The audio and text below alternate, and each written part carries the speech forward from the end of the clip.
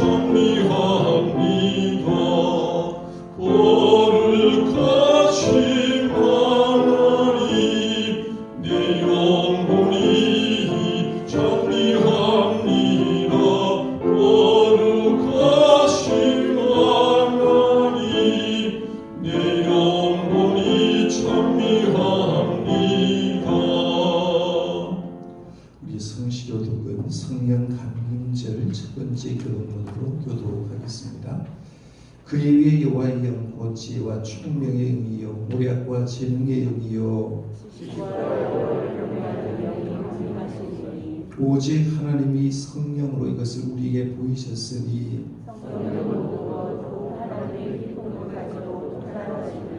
내가 아버지께 구하겠으니까 또 다른 보혜사를 너희에게 주사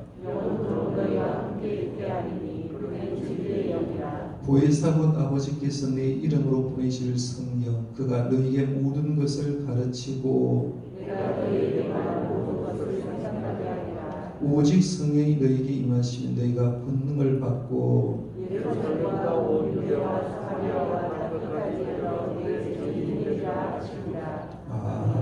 우리 지난 주안의 삶을 돌아보면서 하나님과 사람 앞에 잘못되고 더러움을 고백하는 참회의 기도를 드리겠습니다. 기도합니다. 하나님 아버지, 오늘도 하나님의 손에 저희가 나와 지난 한 주안의 삶을 돌아봅니다. 세상의 삶에 빠져서 세상의 코로나 바이러스에 겁을 먹고 살며 우리의 중심으로 하나님을 영광 돌리지 못했던 우리의 모습입니다.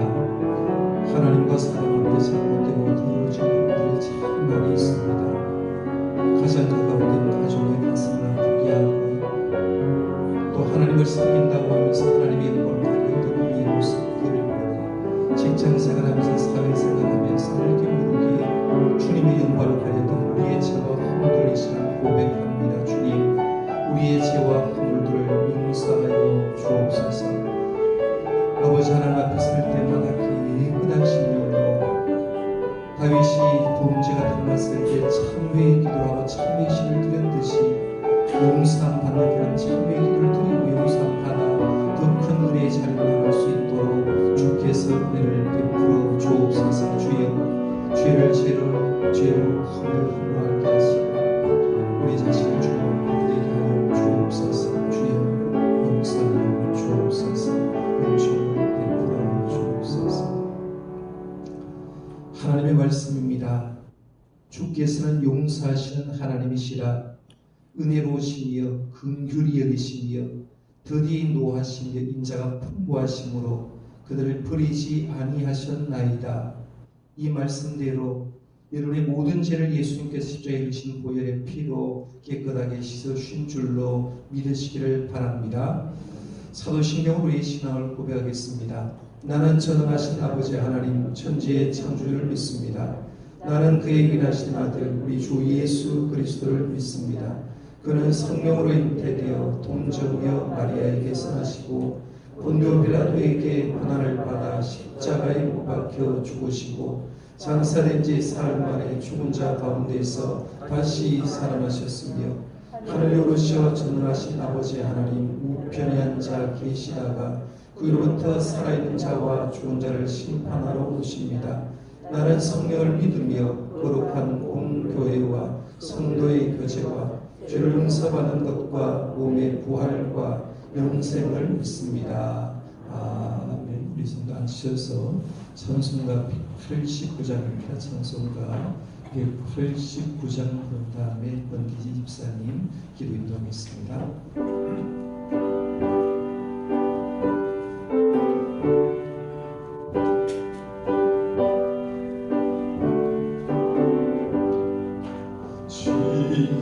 진실하신 주 성령 성도 곁에 계시사 순례길을 갈 때에 손을 잡아주소서.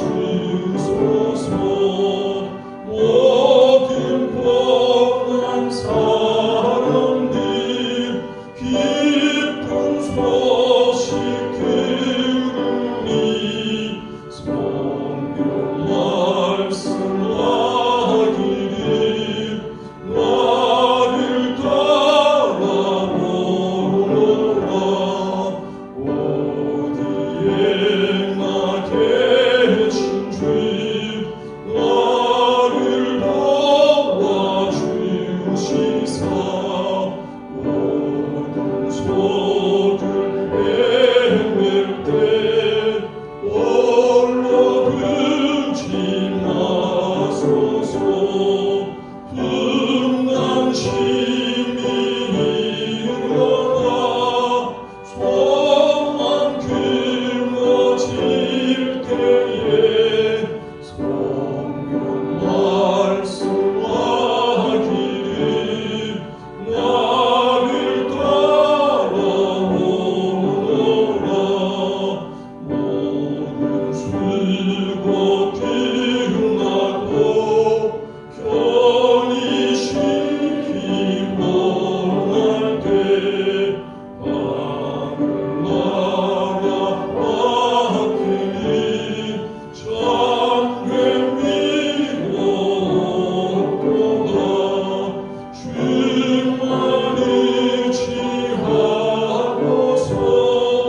요단 강을 건널 때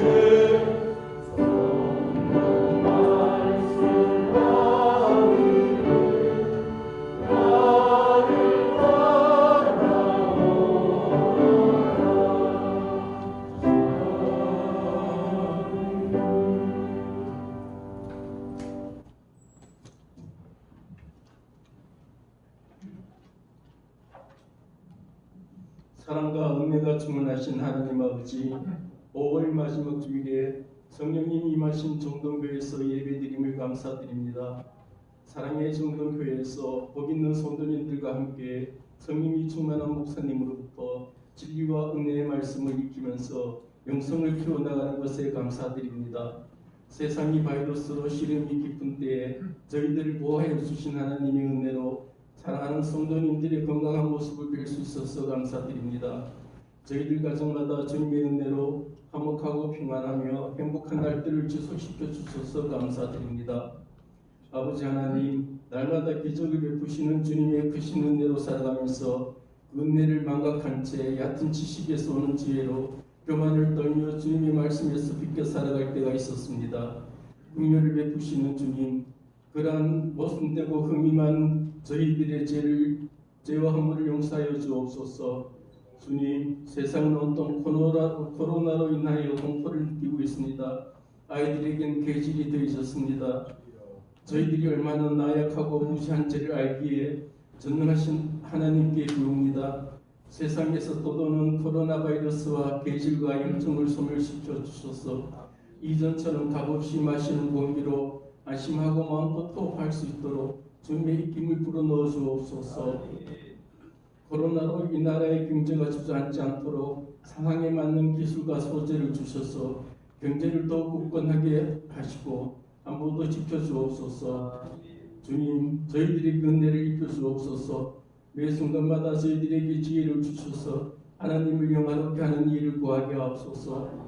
우리 종동교회가 부흥성장하는 일에 밑거름이 되게 하시며 저희들의 발길을 빛대고 복되게 하셔서 하나님께 기쁨과 영광을 올려드리게 하옵소서. 몸이 불편하여 지치고 세약한 성도들에게 주님의 그 능이 오는 손으로 섬세하게 어루만지시고 치료하시어 모두의 건강이 회복되게 하옵소서. 병편이 잃지 않는 자들에게 물질의 복을 주셔서 시련을 극복하게 하옵소서. 성도들 가정마다 소망이 다 이루어지게 하시고 하나님의 은혜와 행복으로 충만케 하시며 걱정과 근심이 없게 하옵소서. 저희 마음을 주님의 성품으로 채워주셔서 가족과 교회와 이웃에게 사랑과 온유와 이해와 배려함으로 소통하게 하옵소서. 그날의 삶이 지치고 힘들지라도 낙심하지 말고 오직 주님만을 바라보며 담대히 나아가게 하옵소서. 구름 기둥과 불 기둥으로 주님의 인도를 체험하게 하시고 믿음 안에서 날마다 승리하게 하옵소서. 어려운 시기를 맞아 교회와 성도들에게 대한 걱정으로 섬세하고 세밀하게 돌보시고 보살피시는 목사님과 가족들에게 크신 은혜와 건강과 복으로 충만케 하옵소서. 동역하시는 세 분의 부모 상님들과 전도사님에게도 동일한 은혜와 복으로 충만케 하옵소서. 예배를 위하여 아름다운 몸 찬양을 드리는 찬양단원들에게 소물로 전사의 날개를 입혀 주옵소서. 하나님께 영광의 찬양을 드리는 찬양단과 간현악단, 그 외에도 교회를 위하여 곳곳에서 봉사헌신하는 모든 성도들에게도 같은 은혜와 복을 내려 주옵소서. 주님께서는 저희들에게 존귀와 영광과 찬양을 받으시기에 합당하시기에 경배와 예배와 찬양을 올려드립니다. 감사드렸고 거룩하신 예수님의 이름으로 기도드리옵나이다. 아멘. 이제 주님께서 가르쳐주신 기도로 기도하오니 하늘에 계신 우리 아버지, 아버지의 이름을 거룩하게 하시며 아버지의 나라가 오게 하시며 아버지의 뜻이 하늘에서와 같이 땅에서도 이루어지게 하소서. 오늘 우리에게 일용할 양식을 주시고 우리가 우리에게 잘못한 사람을 용서하여 준 것 같이 우리 죄를 용서하여 주시고 우리를 시험에 빠지지 않게 하시고 악에서 구하소서. 나라와 권능과 영광이 영원히 아버지의 것입니다. 아멘.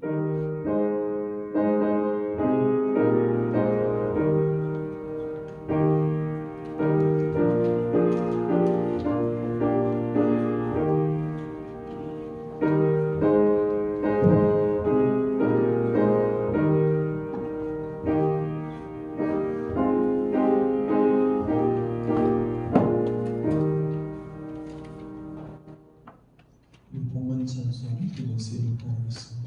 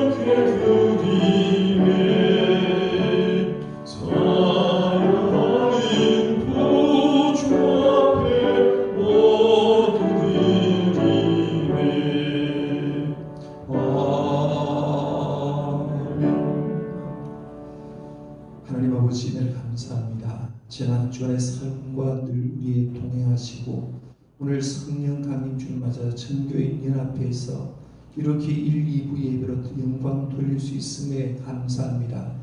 또 하나님의 전에 나오면서 귀한 예물 구별하여 하나님께 드렸습니다. 11조 예물 드린 귀한 예물이 있습니다. 주님, 성경에 약속한 대로 이 땅에 기름진 넉넉한 복으로 주님께서 채워 주옵소서. 감사의 예물 드린 여러 가정들이 있습니다. 아버지 하나님, 우리가 하나님 앞에 서는 것이 얼마나 감사한 것인지, 우리가 마음껏 호흡하고 있는 것이 얼마나 감사한 것인지 늘 체험하고 있습니다. 예물드린 손길들 축복하시고 언제나 감사가 넘쳐날 수 있도록 인도하여 주옵소서. 오늘 엔젤 웅찬양단에서 1, 2부로 웅찬양하게 된 것 너무나 감사하다고 단장 귀한 권사님 가정에서 예물드렸습니다. 그 외에도 여러 가정에서 감사하면서 예물드린 귀한 가정 많습니다. 주님 예물 받으시고 감사한 제목이 응답되며 주의 축복의 가정마다 넘쳐나게 하여 주옵소서. 주일 예물을 하나님께 드렸고 선교 장학 예물도 드렸습니다. 주님 기뻐하는 귀한 예물 드려서 주님 받으시고 성도님의 가정에 더 좋은 것으로 주님께서 채워 주옵소서. 주님께서 국내를 쉴 줄 믿사옵고 예수님의 이름으로 축복하며 봉헌 기도드리옵나이다. 아멘.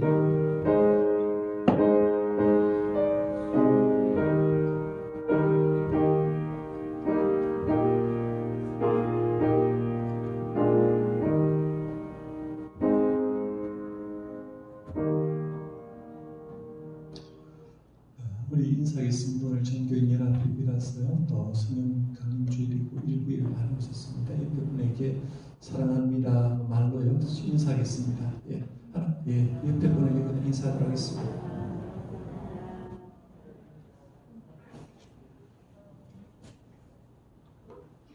교회 소식 전해드리도록 하겠습니다. 오늘 성령 강림주일과 전교인 연합회비를 와셔서 일부 예배 나오신 이렇게 감사드리겠고요.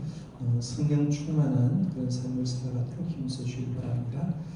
오늘 순서를 맡은 엔젤 찬양단 또 공원성한 아동교에게 감사드리고요. 내일은 우리 6월달 벌써 시작합니다. 그래서 코로나 시작된 2월 말부터 3월, 4월, 5월 3달 지났습니다. 그러나 은혜 가운데 잘 지켜줬는데요. 6월달 시작하면서 우리 월주 특별 성도회를 5시 반에 대예배실에 있습니다. 가족과 함께 꼭 참석해 주길 바라고 인도는 성태규 장로님, 기도는 진성미 권사님, 특성은 6여정도에서 해주겠습니다. 그리고 6월 2일부터 그동안에 우리 새벽 기도를 본당에서 계속 대예배실에서 했는데 제 소예배실의 좌석을 조금 넓게 배치를 해서 안전하게 할 테니까 소예배실로 가입부탁드리겠습니다. 수요 성령기도에 지금 많이 나오고 계시고요. 특성은 3여정도이고 안내는 11구역 되겠습니다. 다음 주일 찬양 예배 때 우리 이남성에게 헌신 예배 있습니다. 찬양은 예당 찬양입니다. 그리고 그동안 소그룹 모임을 좀 안내를 안 해드렸는데요. 선교기간 남선교회, 여선도회 원래는 6월 달부터 하도록 하겠습니다. 그래서 남선교 여선도회는 한 달에 한 번만 회의를 하면 되니까요. 본당이나 좀 넓은 자리에서 해주시길 바라고 가서 음식을 먹거나 속으로 모여서 있는 것은 아직도 자제해 주시면 좋겠고요. 교회 내에서만 모여주시길 바랍니다. 다음 주에 교육위원회 예당 찬양 때 모임 있고요. 주방모상을 이제 정교인연합 예배로 중식을 드리지 않고요. 다음 주일에 8구역 장로님, 집사님, 권사님 수고하겠습니다. 주간 성경 공부식에 계속 많이 참석하고 계시는데 지난주에 47명입니다. 집에서 성경 한 절 한 장 읽고하는 거니까요. 계속해서 동참해 주시기 바랍니다. 유치부 교사로 추가 임명하는데 송준 청년 우리 장학관에 지금 거주하고 있는데 오늘 일부에 왔나요? 지금 송준 청년 저기 앉아 있습니다. 우리 잘 섬겨달라고 박수 한번 주시기 바랍니다. 마스크를 껴가지고요, 눈 위에만 보이기 때문에 본질적으로 다 못 봅니다. 나중에 마스크를 벗는 날 보게 될 겁니다. 잘 섬겨주시길 바라고요. 네 번째 광고는 금년 해외 성전 건축은 마감합니다라고 제가 이렇게 광고를 했어요. 왜냐하면 우리 교회를 통해서 해외 성전 건축이 굉장히 많이 됐는데 원래는 어렵다라고 얘기하는데 성전 건축하는 과정이 더 늘어났습니다. 그래서 여러분이 찬양 예배란에 보면 원래 이제 건축원금을 동참한 가정이 46호부터 시작해서 55호까지 이렇게 나왔어요. 그래서 신혼 가정이 3가정이고 우리 장로님 가정 또 집사님 가정까지 10가정이 지금 우리 교회 기념교회까지는 10개 교회입니다. 그래서 10개 교회는 헌당식 하기도 굉장히 힘들고 해서 원래는 이런 건축할 마음이 있는 분들도 예, 자제를 해주시길 바라고요. 내년도에 이제 하실 분들은 저한테 미리 얘기해 주시면 내년도에 추진하도록 하겠습니다.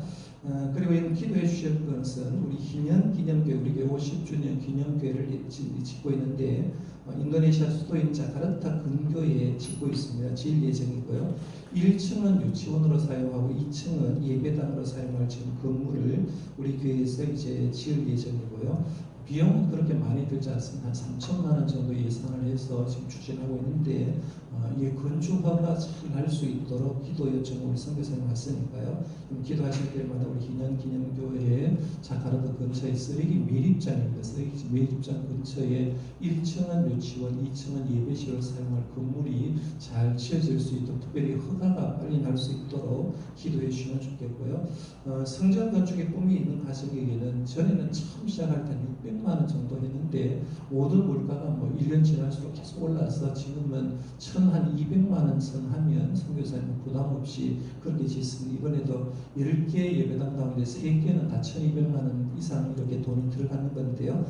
그렇게 하시고 나도 우리 살아가면서 예배당 하나 봉헌하고 싶다라고 얘기하는 분들은 한 1200만 원 정도 소요된다 생각하고요. 내년에 이제 헌금하시고 홀 마음이 있는 분들은 저희 미리 말씀하시면 제가 순번을 이렇게 전하도록 하겠습니다. 구역 예배는 우리 선교기간 원래는 6월부터 하고요. 구역 예배는 우리 9월 달부터 전반기는 하지 않고 9월 달부터 하겠습니다. 왜냐하면 구역은 또 속으로 모이면 음식 먹고 해야 되니까 9월 달부터 예배를 드린다고 알고 계시길 바라고요. 그러므로 또 이제 구역 활동이 좀 마비가 되는데 그러므로 각 구역장 건축께서는 우리 구역원들 또 전화 신방 좀 잘해주시길 바랍니다. 교역자는 매주마다 이런 데 아마 전화를 드렸을 겁니다. 교회 오지 않은 분들은 매주 전화를 드렸을 건데 중요한 것이 각 구역의 구역장 건축인들도 전화 신방 해주시길 바라고요. 혹시 환호와 또 유고사항 있으면 담당 교역자에게 알려주시면 감사하겠습니다. 감사한 것은 오늘 정신이 없다고 특별히 두 가정에서 제공해 주셨는데요. 김출건 양념 권사님 가정에서 계란과 음료를 제공해 주셨고요. 김종철 집사님 고영수 전사님 가정에서 지난번에 아버님 돌아가시고 장례식 치른 다음에 은혜 감사해서 떡을 제공해 주셨습니다. 나가시면서 3가지를 받아가셔가지고 정신 드시면 될 것 같습니다. 그리고 성단장신 우리 윤상덕 변연한 집사님 변연 권사님 가정에서 결혼 기념일을 맞아서 해주셨습니다. 우리 세 가정을 위해서 감사의 박수 한번 드리겠습니다. 감사합니다. 그리고 교우 동정에 보면 우리 2부 예배 때 우리 박영진 목사님, 김혜리 사모님 가정에서 우리 교회 와서 2번째 딸을 이제 순산하고 오늘 첫 출석하게 되어 있습니다. 이름은 하금이 동생이라고 하율이라고 이렇게 지었습니다. 2부 예배 때 환영식하고 또 처음 출석하게 된 출산 장려금 둘째는 20만 원이고요. 셋째는 50만 원입니다. 장문의 양 잘 들었어요. 집사님 잘 들어서 첫째는 10만 원, 둘째는 20만 원. 나도 3번째 높아 싶은데 잘 안 들 겁니다 아마. 근데 축복해 주시길 바라고요. 성도에 입원이 있습니다. 최승희 집사님 척탑병원 10층 19실에 다리 무릎 수술을 해서 이런 입원에 있고요. 또 주보에 지금 하나 빠졌는데 정진영 집사님 또 지금 뇌경색이 약간 나와가지고 영대병원에 지금 입원해 있는 가운데 있습니다. 정진영 집사님도 그렇게 심하지는 않다고 제가 들었습니다만은 기도를 해주셔서 온전하게 회복될 수 있도록 정진영 집사님을 위해서 기도해 주길 바랍니다. 광고의 이상이고 말씀 바로 보도록 하겠습니다. 하나님의 말씀은 구약 성경 열왕기하 2장 말씀 보도록 하겠습니다. 구약 성경 561쪽입니다. 561쪽 열왕기하 2장 1절에서 14절까지 말씀입니다. 구약 성경 561쪽에 있습니다. 열왕기하 2장 1절에서 14절 말씀. 우리 찾았으면 제가 봉독하겠습니다. 여러분은 경청해 주시기를 바랍니다. 여호와께서 해오리 바람으로 엘리야를 하늘로 올리고자 하실 때에 엘리야가 엘리사와 더불어 길갈에서 나가더니 엘리야가 엘리사에게 이르되 청하건대 너는 여기 머물라 여호와께서 나를 베델로 보내시느니라 하니 엘리사가 이르되 여호와께서 살아계심과 당신의 영혼이 살아있음을 두고 맹세하노니 네가 당신을 떠나지 아니하겠나이다 하는지라. 이에 두 사람이 베델로 내려가니 베델에 있는 선지자의 제자들이 엘리사에게로 나와 그에게 이르되 여호와께서 오늘 당신의 선생을 당신의 머리 위로 데려가실 줄을 아시나이까 하니 이르되 나도 또한 아노니 너희는 잠잠하라 하니라. 엘리야가 그에게 이르되 엘리사야 청하건대 너는 여기 머물라 여호와께서 나를 여리고로 보내시느니라. 엘리야가 이르되 여호와께서 살아계심과 당신의 영혼에 살아있음을 두고 맹세하노니 내가 당신을 떠나지 아니하겠나이다 하니라. 그들이 여리고에 이르매 여리고에 있는 선지자의 제자들이 엘리사에게 나와 이르되 여호와께서 오늘 당신의 선생을 당신의 머리 위로 데려가실 줄을 아시나이까 하니 엘리사가 이르되 나도 아노니 너희는 잠잠하라. 엘리야가 또 엘리사에게 이르되 청하건대 너는 여기 머물라 여호와께서 나를 요단으로 보내시느니라 하니 그가 이르되 여호와께서 살아계심과 당신의 영혼이 살아있음을 두고 맹세하노니 내가 당신을 떠나지 아니하겠나이다 하는지라. 이에 두 사람이 가니라. 선지자의 제자 50명이 가서 멀리 서서 바라보며 그 두 사람이 요단 가리에 서 있더니 엘리야가 겉옷을 가지고 말아 물을 치매 물이 이리저리 갈라지고 두 사람이 마른 땅 위로 건너매 엘리야가 엘리사에게 이르되 나를 네게서 데려감을 당하기 전에 내가 너를 어떻게 할지를 구하라. 엘리사가 이르되 당신의 성령이 하시는 역사가 갑절이나 내게 있게 하소서 하는지라. 이르되 내가 어려운 일을 구하는도다. 그러나 나를 내게서 데려가시는 것을 내가 보면 그 일이 내게 이루어지려니와 그렇지 아니하면 이루어지지 아니하리라 하고 두 사람이 길을 가며 말하더니 불수레와 불말들이 두 사람을 갈라놓고 엘리야가 해오리 바람으로 하늘로 올라가더라. 엘리사가 보고 소리지르되 내 아버지여 내 아버지여 이스라엘 병거와 그 마병이여 하더니 다시 보이지 아니하는지라. 이에 엘리사가 자기 옷을 잡아 둘러 찢고 엘리야의 몸에서 떨어진 겉옷을 주워 가지고 돌아와 요단 언덕에 서서 엘리야의 몸에서 떨어진 그의 겉옷을 가지고 물을 치며 이르되 엘리야의 하나님 여호와는 어디 계시니까 하고 그도 물을 치매 물이 이리저리 갈라지고 엘리사가 건너니라. 아멘. 이 시간 우리 인제 몸 찬양단에서 특별히 몸 찬양 하나님께 영광 드리겠습니다.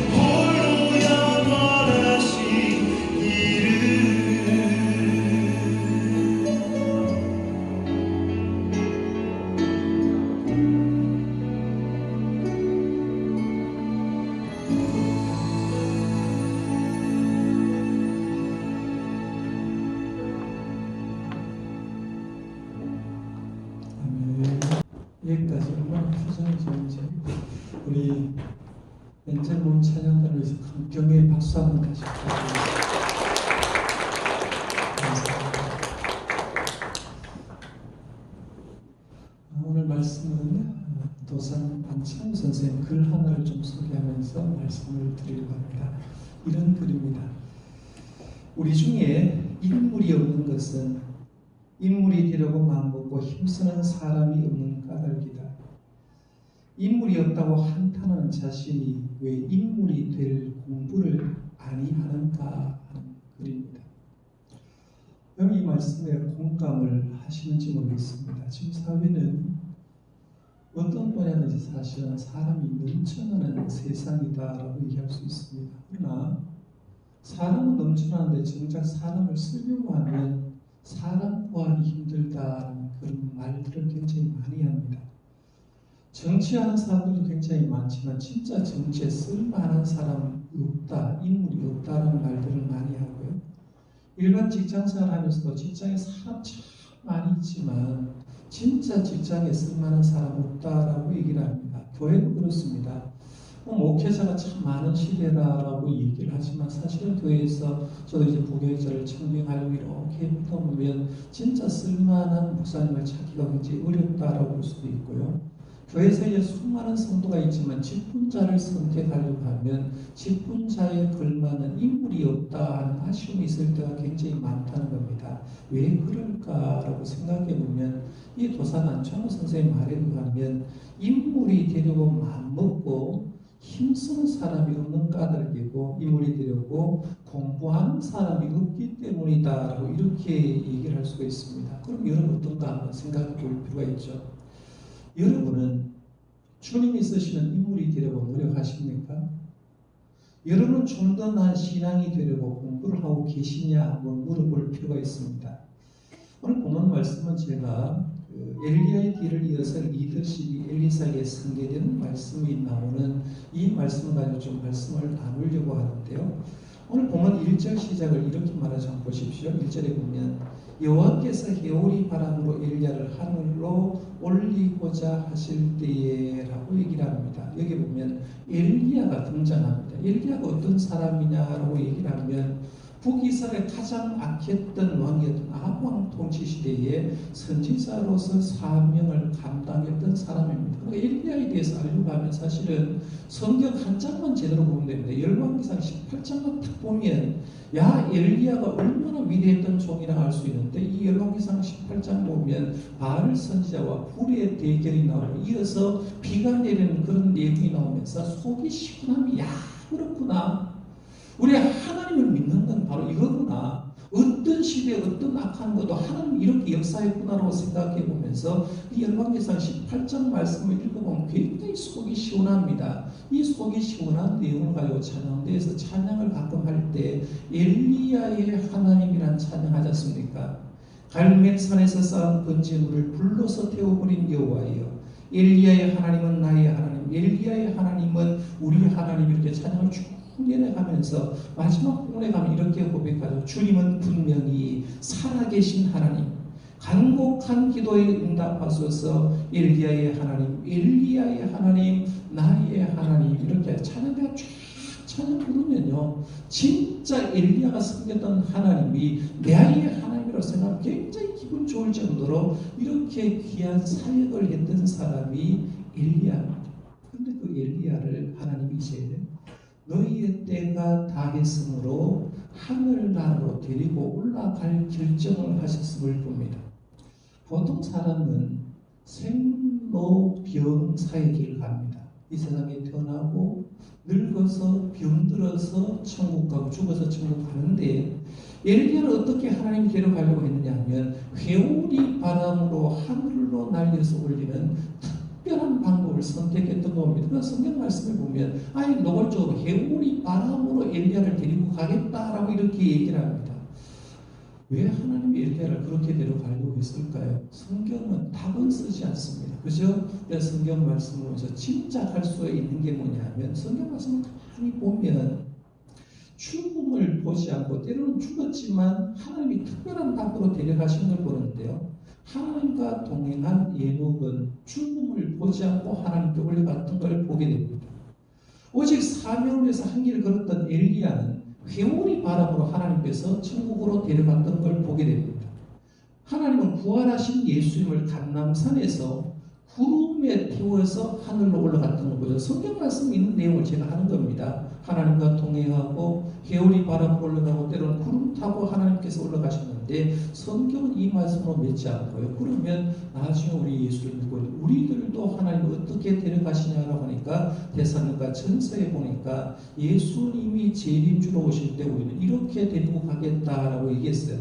데살로니가전서 4장 6절에서 16절에서 17절에 이렇게 말합니다. 들어보십시오.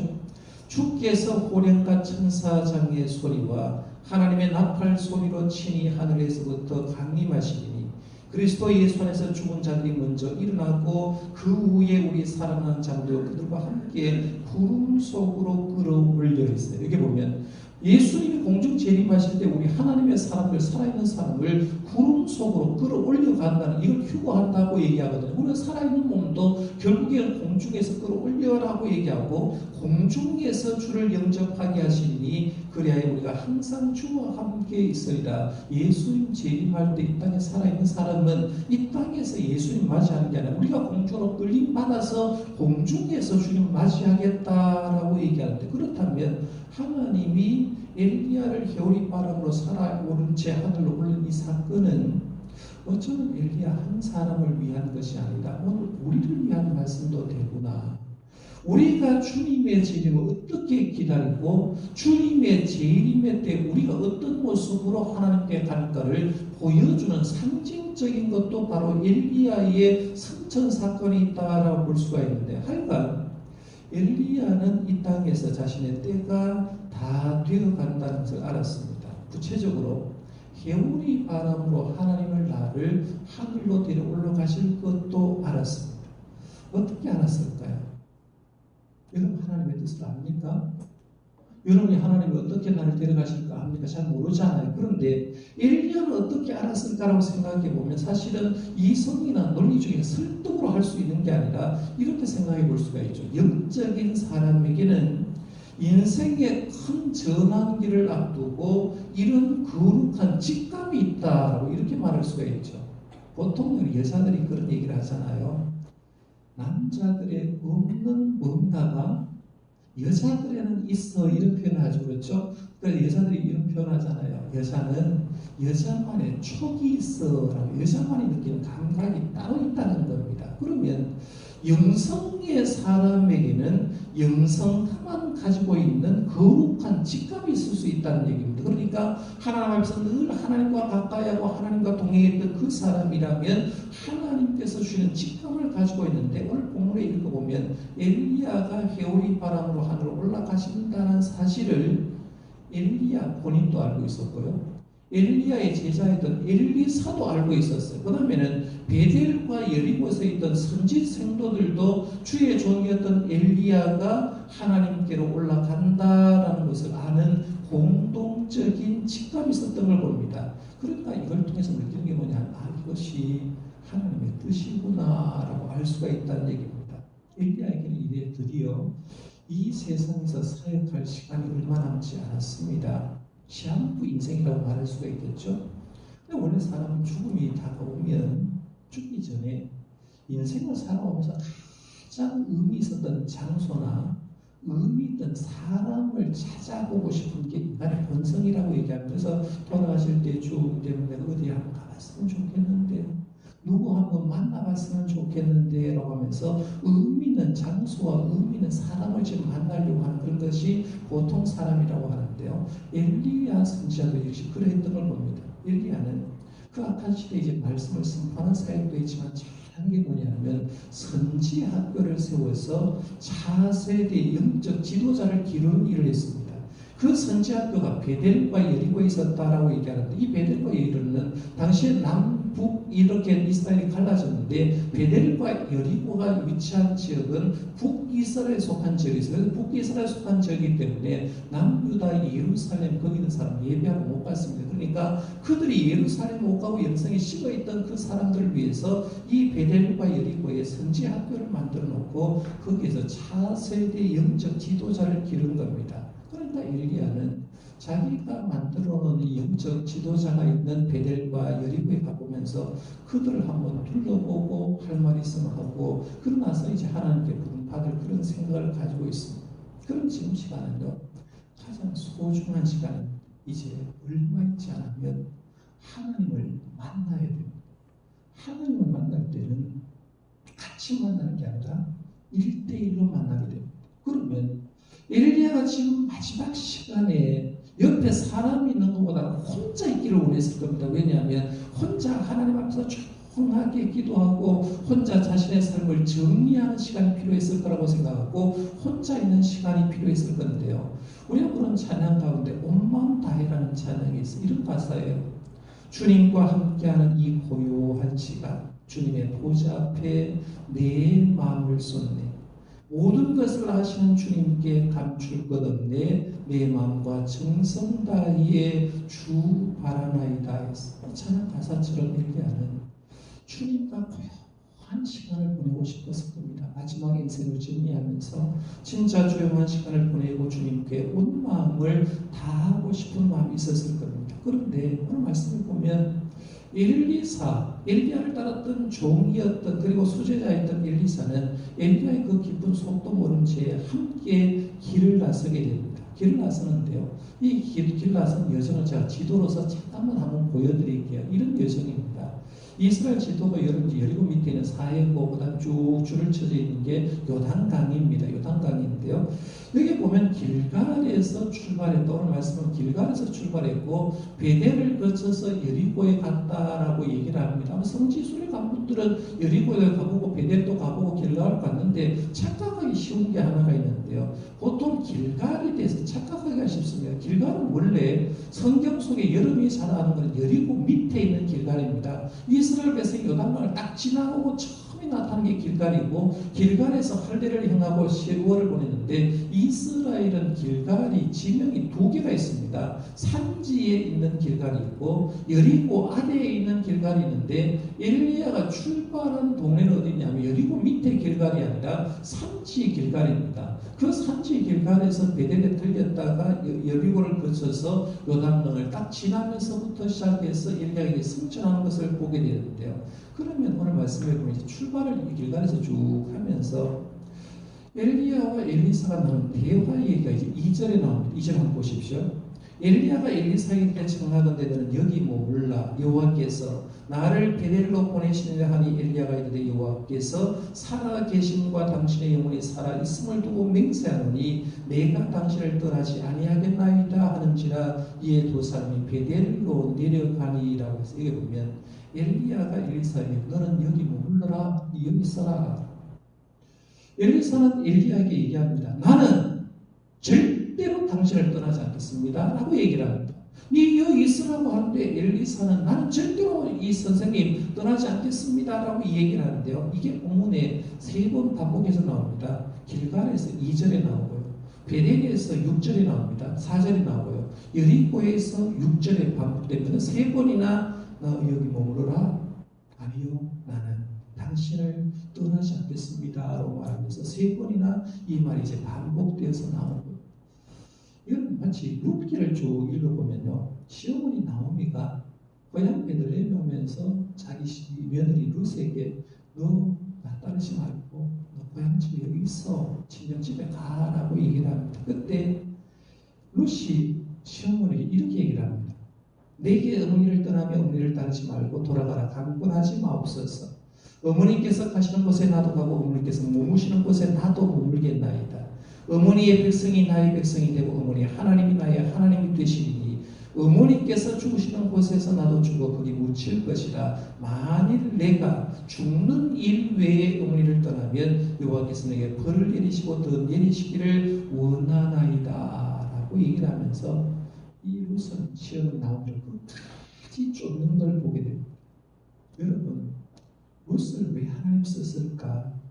왜 엘리사를 하나님이 썼을까라고 생각해 보면 그들만이 가진 특징이 하나 있는 걸 보게 됩니다. 그들은 자신의 부족함을 알았고요, 자신을 모시고 있는 분에게 배울 것이 더 많다는 것을 알아서 죽음이 갈라놓지 않는 이상은 당신을 내가 따르겠다라는, 쉽게 말하면 찐득이 같은 그런 마음이 있었던 걸 보게 됩니다. 오늘 본문에 보면 베델과 여리고 있는 선지 생도들도 엘리야의 승천 얘기를 이미 알고 있었다고 제가 말씀드렸습니다. 그런데 그들은 분명히 50명씩 선지 생도로서 살고 알고 있는데도 불구하고 엘리야를 따를 생각은 하지 않습니다. 진드기처럼 따르려고 했던 사람 오직 한 사람입니다. 엘리사만 엘리야 선생이 끝까지 따르겠다고 얘기를 하는 거예요. 여기서 신앙적인 교훈 하나를 생각할 수가 있습니다. 이런 교훈입니다. 영적 지식이 반드시 영적 행동을 낳는 것은 아니라는 얘기입니다. 자, 보십시오. 다른 선지 생도들도 엘리야 하늘로 승천하는 거 알고 있었습니다. 그러나 그들은 제3자의 관점에서 멀찍이 바라보려고 했습니다. 그렇게 하는 게 신앙의 예절이고, 그렇게 하는 것이 엘리야의 사생활을 보호하는 거고, 그렇게 하는 것이 요즘 말로 하면 쿨하는 것이라고 이렇게 생각했다는 얘기입니다. 그러나 엘리사는 그렇지 않았다는 얘기입니다.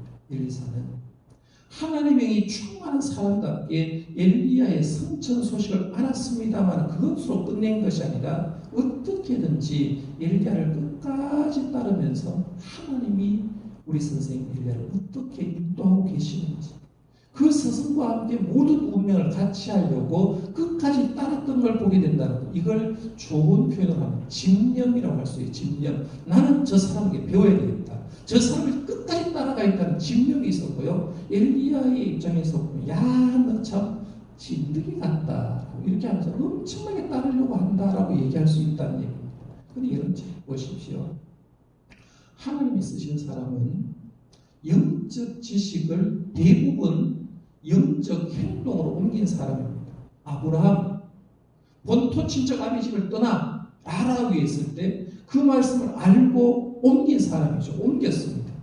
모세, 애굽에 들어가서 출애굽을 시켜라고 했을 때 그 말을 알고 행동으로 옮겼습니다. 사도 바울도 마찬가지죠. 모든 영적 지식이 있는 사람은 영적 행동으로 옮겼던 사람인 걸 봅니다.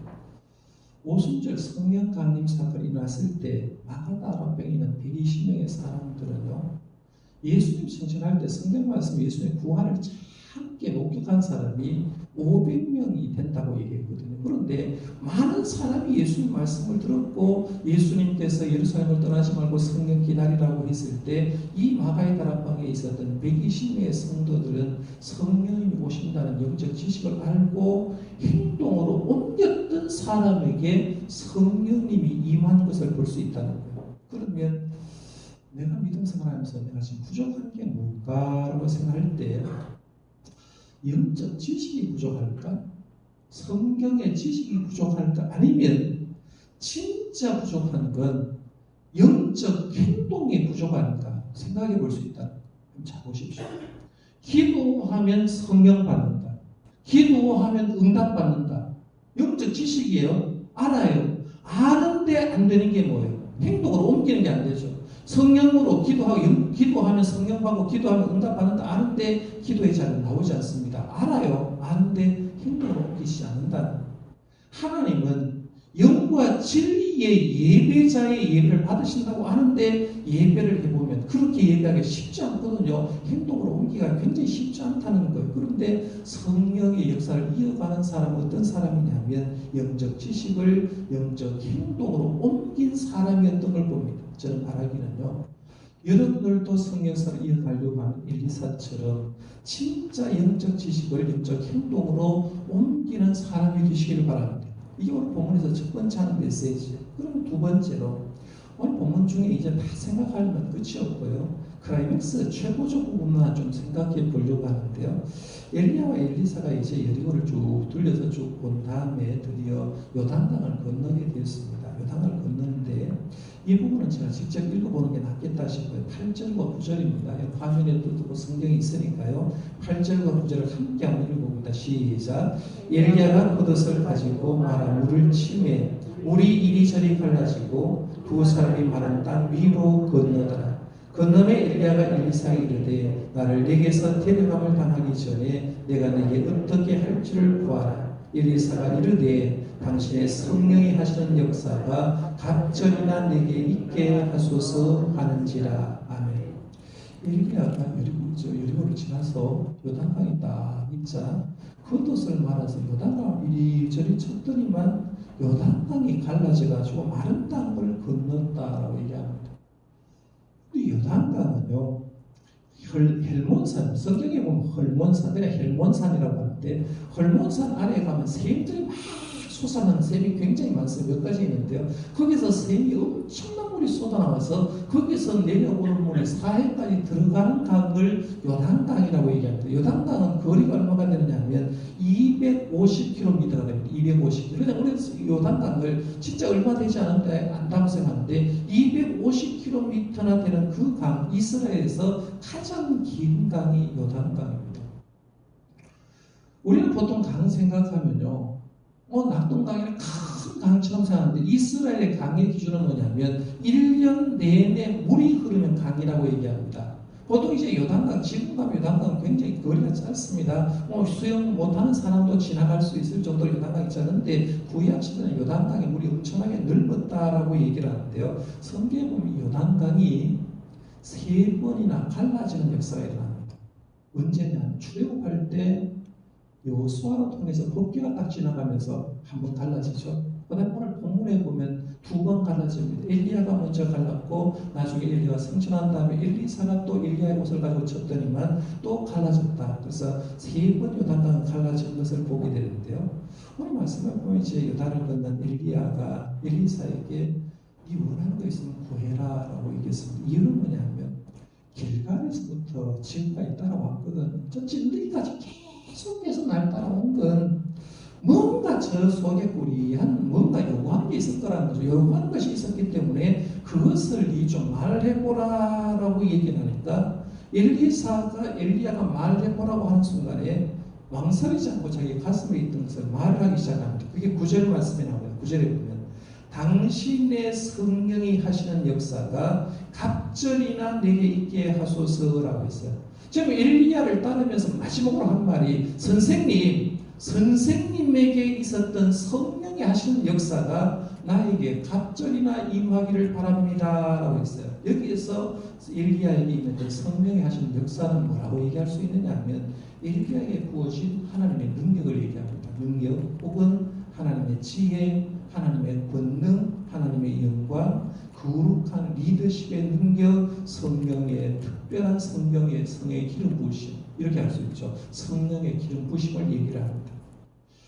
엘리야가 사역하면서 있었던 그 모든 것을 능력을 한마디로 얘기할 때 성령이 하시는 역사라고 볼 수 있는데 그 능력을 나에게 줬으면 좋겠다. 이유는 뭐냐면 엘리사가 이제 얼마 지지 않으면 선생님이 하늘로 가버리면 후계자가 자기가 되거든요. 자기가 되면 스승과 비교해서 아무리 생각해도 내가 부족함을 느껴. 그러니까 스승님에게 일어났던 성령의 역사를 나도 가지고 싶다라고 얘기를 합니다. 그러면서 엘리사가 엘리야에게 갑절이나 내게 있게 하옵소서 했어요. 성령이 하시는 역사, 당신의 성령이 하시는 역사가 갑절이나 내게 있게 하소서라고 이렇게 얘기하는데, 여기 보면 갑절이라는 말을 표현하는데 문자적으로 볼 때 엘리야보다 2배 이렇게 생각하시면 안 됩니다. 엘리야가 굉장히 능력이 있는데 나 선생님보다 2배 좀 주십시오. 선생님 능력보다 2배 더 있기를 원합니다. 이런 뜻이 아니라 이 말 뜻은 신명기 21장 17절에 보면 장자의 복을 얘기할 때 아들이 많은데 장자는 항상 2배예요. 아버지 어머니 섬겨야 되기 때문에 가족을 부르기 때문에 2배 받는데 지금 엘리사가 요구하는 건 이겁니다. 선생님, 힘든 시절에 스승님 사역을 제가 잘 봤습니다. 이제 바통이 내게 넘어오려고 하는데 저 자신의 능력으로 감당할 힘이 없어요. 지금 여리고에도 베델에도 선지 생도가 참 많지 않습니까? 다 당신의 아들입니다. 그런데 그 아들에게도 영감 줘야 되지만 나는 그 아들보다 2배 장자의 몫을 좀 주시라는 거예요. 많이 달라는 거예요. 내가 영적인 장자가 되게 해달라고 장자의 복을 달라고 얘기하는 게 이 말입니다. 하나님의 하시는 역사, 성의 역사가 갑절이나 내게 있게 하소서라고 얘기를 합니다.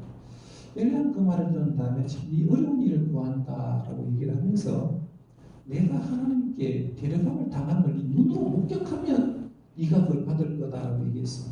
얼마 후에 그 당을 지나가고 쭉 길을 걸어가는데 불수리와 불말이 하늘에서 쫙 내려오는 거예요. 내려오니까 깜짝 놀라니까 엘리야와 엘리사가 갈라졌다 성경에 있어요. 갈라졌는데 하나님은 회오리 바람으로 일으켜가지고 엘리야를 하늘로 데려가셨다라고 얘기를 합니다. 엘리야가 하늘로 부름받고 엘리사는 너무 슬프니까 그 슬픔의 표현은 옷을 찢는 것으로 했고요. 엘리야가 떨어뜨린 겉옷을 가지고 요단을 쳤더니만 요단강이 또 갈라지는 역사가 난다. 이게 오늘 본문 말씀의 내용입니다.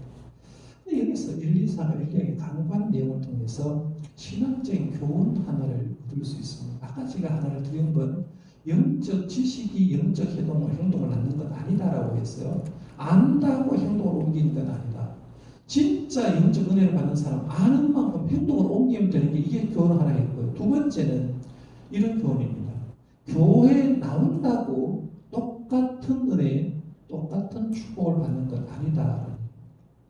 무슨 말이냐면 선지 생도라고 해서 장자의 몫을 받은 건 아니라는 거죠. 엘리사처럼 찐득이같이 가면서 그 장자의 몫을 받으려고 하는 간절함이 있느냐 하는 거예요.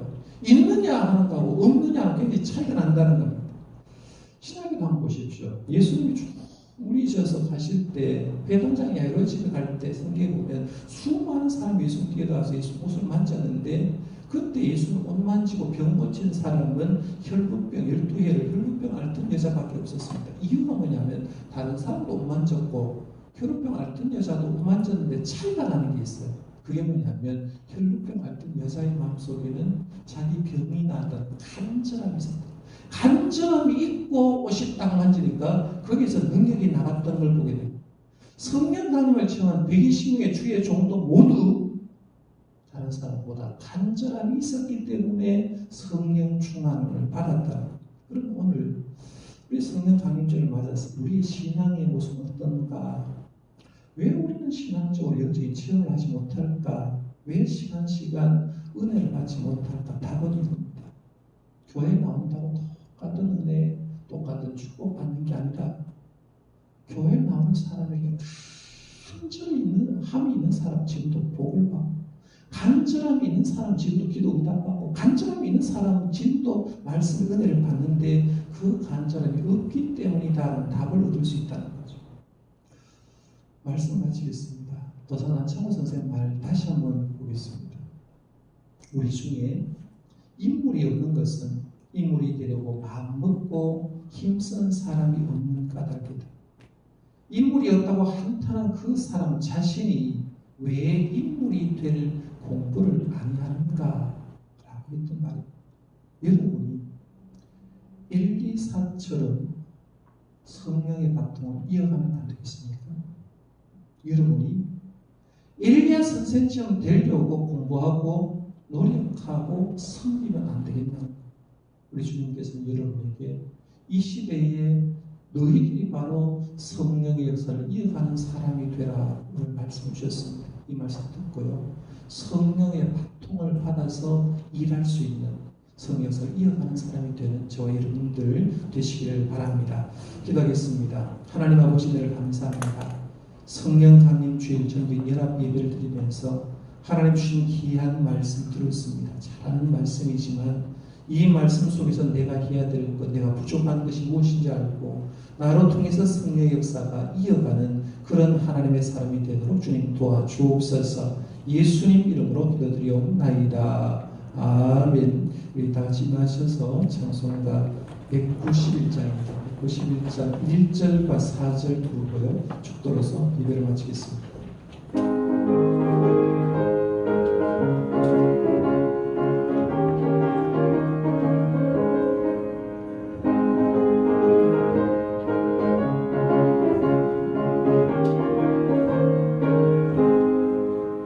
내가 매일 기쁘게 설레기를 원하는 주의 팔이 나를 안보하며 내가 주의 큰 복을 받는 참된 비결은 주의 영이 함께함이라. 성령이 계시네 할렐루야 함께하시네.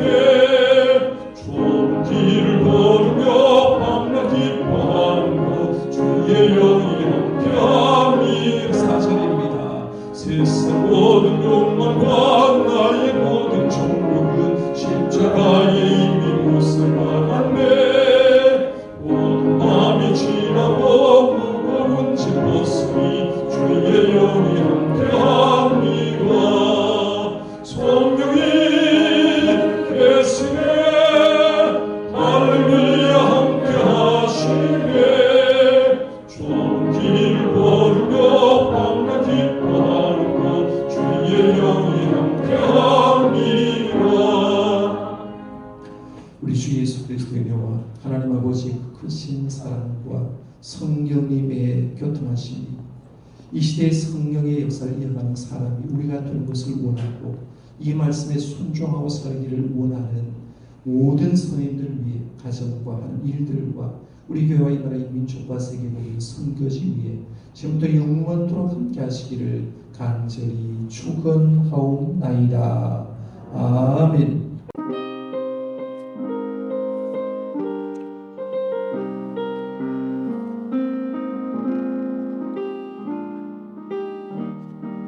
정동교회여 이년에다 나팔 불며 선포하라. 가난한 자 눈먼 자 포로된 자들아 자유와 해방이다. 새로운 출발 꿈을 꾸자. 요셉처럼 비전으로 펼쳐가라. 주빌리 주빌리 할렐루야 하며 이 땅의 희망 정동교회. 정동교회여 이년에다 준비하며 나아가라. 그동안의 고통과 아픔 가운데 견고한 주님 나라 실현되었네. 50여러 대회교회 건축 성전 건축 폐가 성장 주빌리 주빌리 할렐루야 하며 작은 천국이로다. 정동교회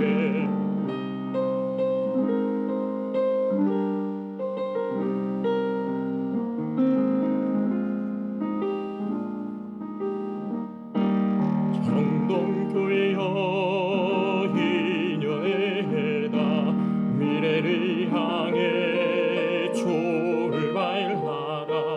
이 시대의 모형적 건강한 교회 하나님 나라를 구현해 보세.